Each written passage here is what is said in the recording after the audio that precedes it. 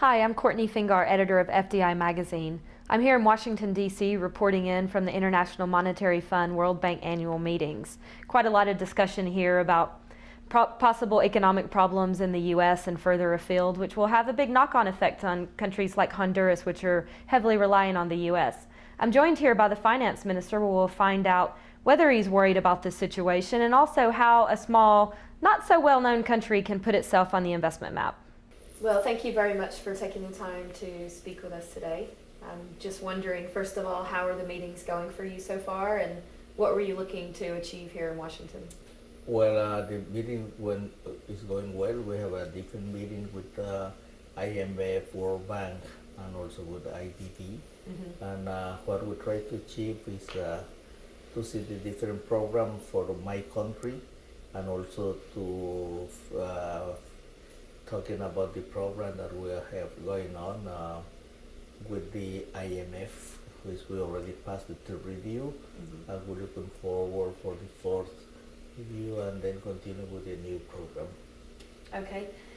Are you worried about the general global economic situation? There are quite a lot of fears about collapse in Europe and maybe in the U.S. And what's the knock-on effect for your country? Well, we are under the United States umbrella because our main export is to the U.S. Mm-hmm. and also with the remittances come from the U.S. Mm-hmm. So right now we haven't seen any effect, but we will see it pretty soon because if the economy is slowed down here, our export of garments to the U.S. will be slowed down, so that Mm-hmm. this will create a situation in my country that people have to be cut off from job. The one who is working on the garment industry that is mainly for export to the U.S. Yes, and also on our production of some commodities, it will be affected, like coffee and all the things. Our main export to the U.S. and Europe, and Mm-hmm. since both economies were going to be slowed down, it will have a big impact in my country. Yeah. So we're looking on that, and this will slow the growth that we're having right now is at 3.5 to 4% of GDP. So this will be reduced according for the projection, and we will see what is going on. So, but in the meantime, we have to work on anti-crisis plan for my country on the event what is going on worldwide. Mm-hmm.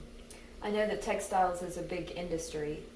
Have you suffered much from competition from Asia in this area? Not much from Asia, a little bit from some neighboring country, but it's not from Asia because we're only 2 hours from the United States by plane, and by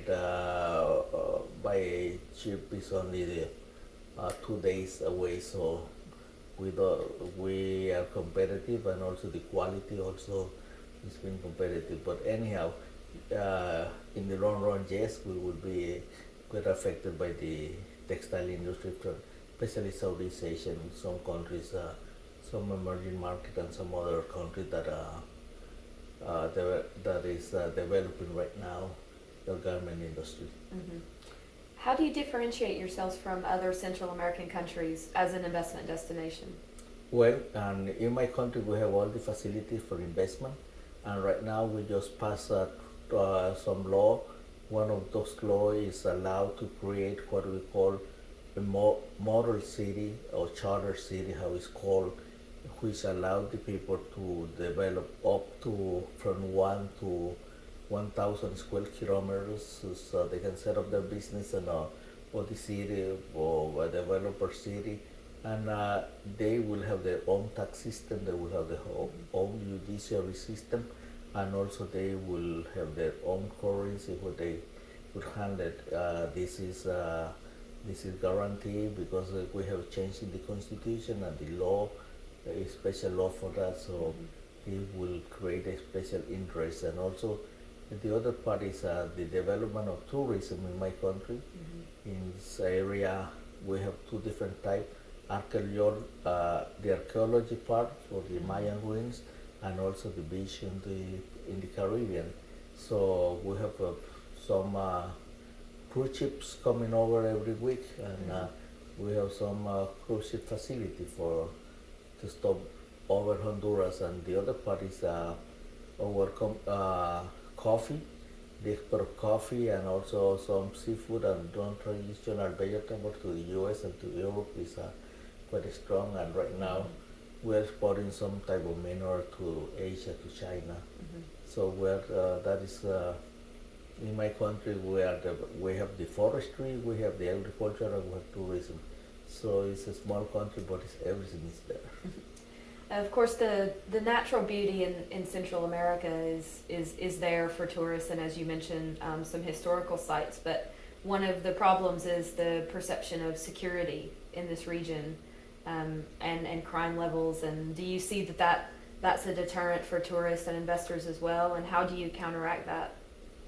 You know, the violence in Honduras is mainly in Central America. It is imported. Let me put it this way, because of the law that Mexico and Colombia is pushing against drug trafficking.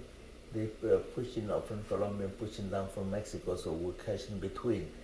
But in tourism, in some area like the Bay Island, is secluded from the mainland, so that is not affected by this violence because it's separate from the mainland, and the tourism is going quite strong over there.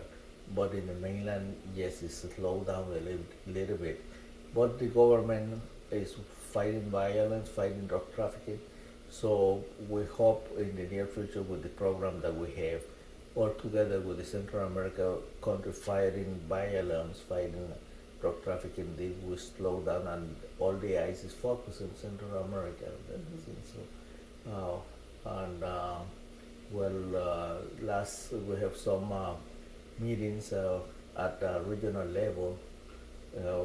Next October we will have a meeting. Tuxtla Gutierrez in Mexico, where all the presidents will get together, and they signed some agreement for drug trafficking, against drug trafficking. What attractions do you feel the country has for foreign investors? What are the main selling points? Okay, our main selling point is the mineral is one part, also the clean energy is the other area, and telecommunication, and also infrastructure, which we see a big potential there, and especially in the mineral and forestry, all the natural resources that will be utilized in a rational way. How can you get the country on the short list for investors? Because it's a small country and it's not an obvious place that's thought of. So how do you overcome that, and how do you get in the minds of the companies? Based that we are on the free trade, and also based on the labor, qualified labor, and based that we're close to the U.S. and could be, and also we have the port facilities. So this will create some opportunity for people who want to invest and send to manufacturing goods. So to produce some good that could be sent back to the U.S. or sent it to Europe with the free trade agreement. So the main factor is about the free trade agreement. Honduras is the second country in Latin America who has the most agreement that have been signed for free trade, not only with the United States, Canada, EU, and also with South America, and also with some part of Asia. Okay, so free trade is the way forward for Honduras. Free trade, and also based on our natural resources. Okay, thank you very much for your time. Much.